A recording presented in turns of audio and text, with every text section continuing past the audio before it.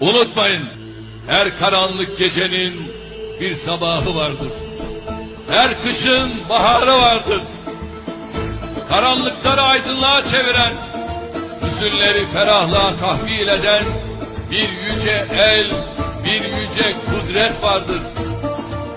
Yusuf'u kuyudan alıp Mısır'a sultan eden bir güç vardır.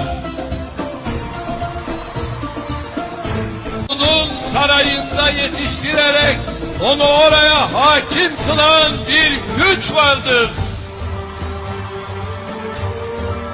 Firavunları, zalimleri, hainleri zillete mahkum eden, mazlumun ahına cevap veren, sabredeni mutlaka zafere ulaştıran bir irade vardır. Allah'a dayan, saye sarıl, hükmüne rağm ol, yol varsa bu. Son peygamberdi. O Miraç'ta peygamberlere namaz kıldıran imamdı. O insanlığın kılavuzuydu, rehberiydi, önderiydi. Onu ve ashabını aç bıraktılar.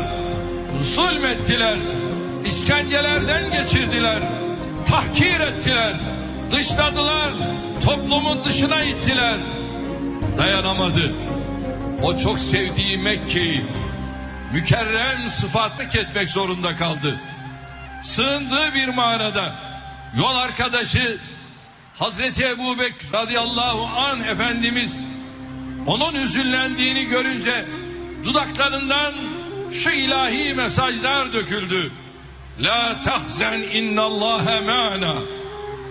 Korkma, çekinme, üzülme, hüzünlenme, yeyse kapılma. Allah bizimle beraberdir.